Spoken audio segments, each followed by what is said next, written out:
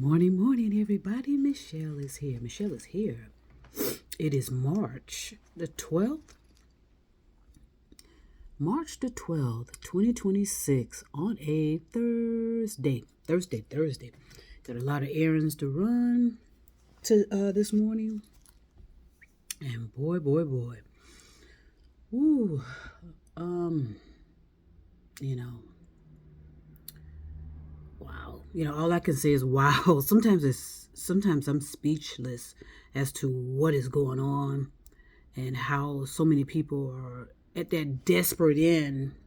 They're at the end of the rope in their lives.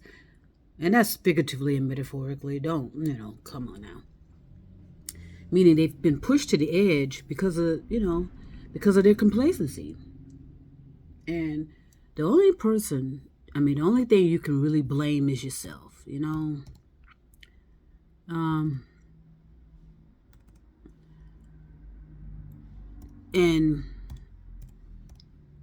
it's just unfortunately that certain things had to happen this way for so many people. So many people are at the age where they ought to be, kind of stable somewhat. You know what I mean? When I say stable, that means they've planned for the future. They got their legal documents in order. They got da da da da da da da da da da da da, and everything will depend on your circumstance. The less descendants you have, the better. That has unfortunately gotten so far out of control that is unsustainable and unmanageable. That's why I say we have to be contained, and sadly, we're not going to like it.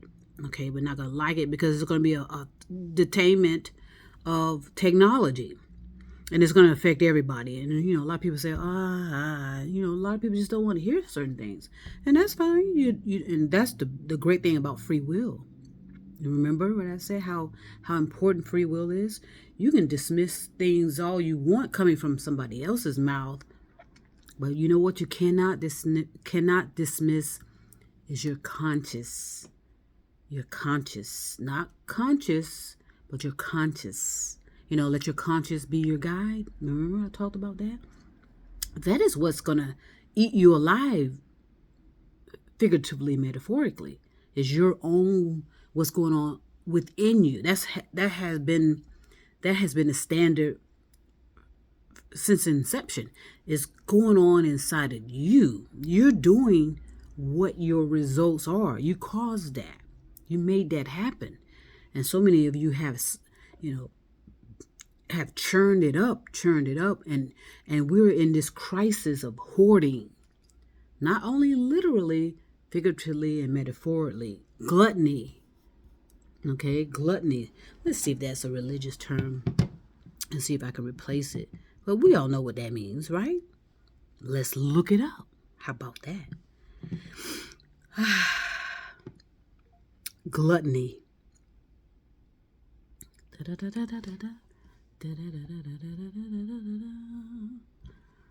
All right. Okay, let's see what excess, in eating, drinking, and thinking. You can use gluttony to encapsulate all of that. Rumination, hoarding, eating, just going, but we are tying it to drinking and eating, because that's what we do. We just we put these words into a form of religious, but our friends from artificial intelligence says, it is it started, it's a religious teaching, but it isn't, but it is, it's made to be a religious teaching. And I think that's why people,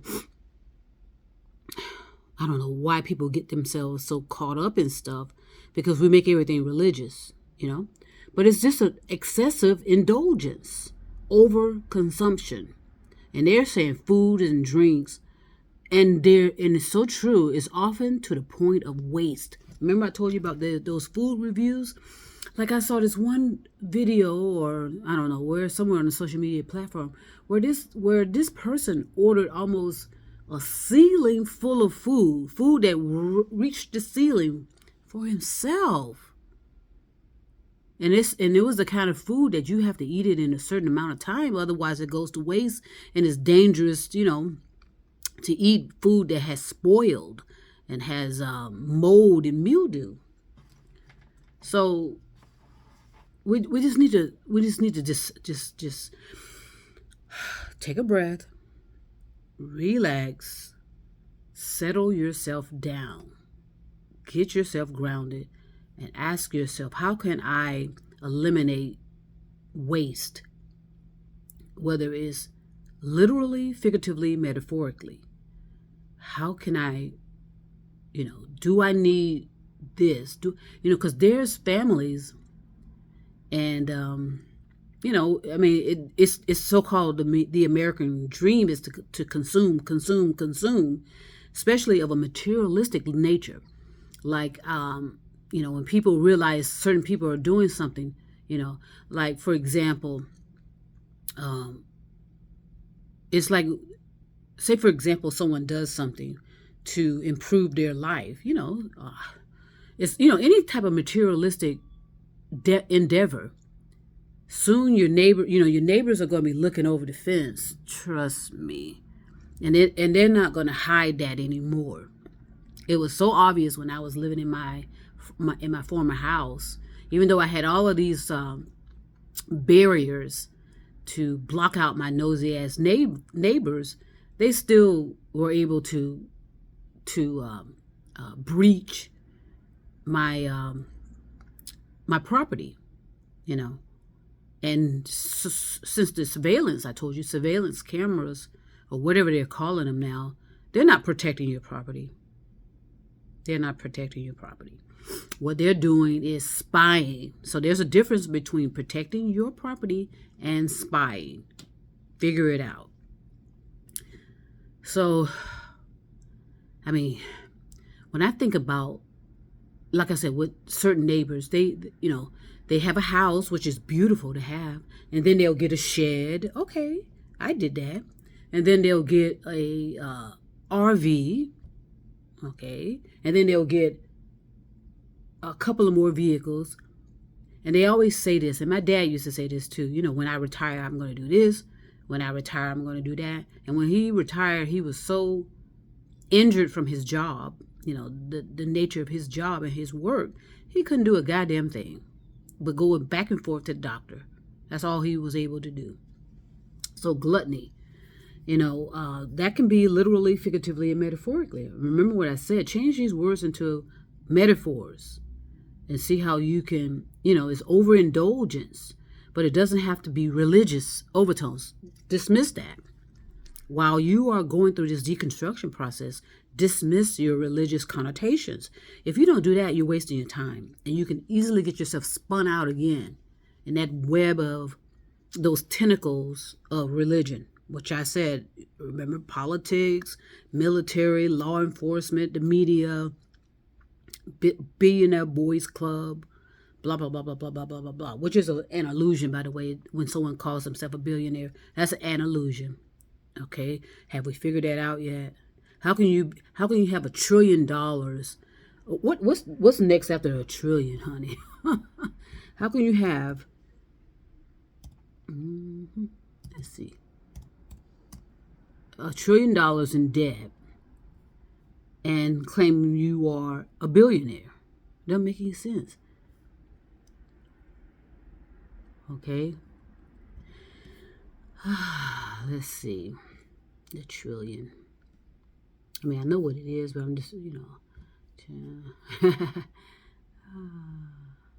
billion, trillion, and, I'll look it up and put it in the whatever. You can look it up too.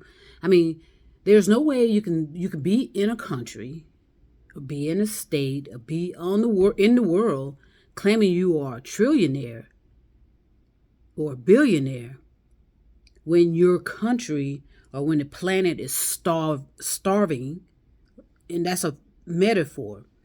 Okay, the planet is not well. The planet is unwell, but we continue to overindulge. So therefore, the resources are going to run out eventually. I mean, people are just hoarding and hoarding and hoarding and eating and eating and eating, buying and buying and buying. And then Mother Nature comes through and destroys it all. That's the pattern. Our behaviors and actions are the pattern. Nobody, and a lot of people talk about this being minimal, that's just marketing. A lot of these people are not. They're hoarding and saving it in a storage unit here, saving it in a storage unit there, leaving it here, leaving it there, Okay, so just consider the language you are using and be real and honest with yourself. Otherwise, your conscience is going to eat you alive. Okay?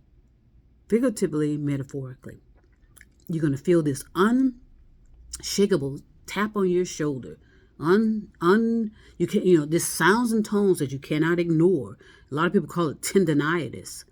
No, there's a lot more than that. That has a lot to do with the energy of our population, but I'm not going to talk about that right now because I want to go ahead and end this right now.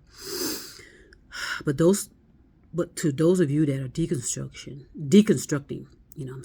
I said nothing but peace and love out to you, because I know for a fact it is impactful when you stop the noise that you are creating, by the way, and then start paying attention to what's actually being sounded. Pay attention to the actual sounds and tones out there.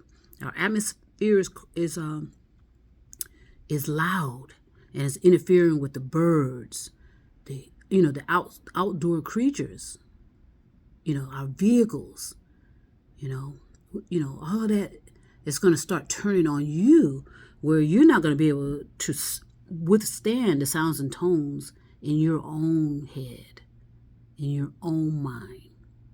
And then you're going to take the cowardly way out, a lot of you. And you know what you do when you're a coward and you have no courage and you lack bravery. You think, okay, let me just end it all, and then that's going to be the end of it. No. You're just compounding the effects. That's all you're doing. When you do these harmful things to yourself, to others, and in the environment and the climate, you're just compounding the effects.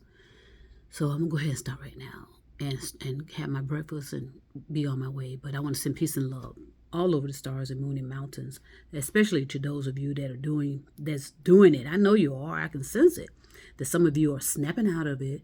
You're waking up into a new reality, and you're like, whoa, you never knew so much freedom in your life. And I urge you to continue. It only gets better once you put in the work and recognize your accountabilities and responsibilities. So eat on that.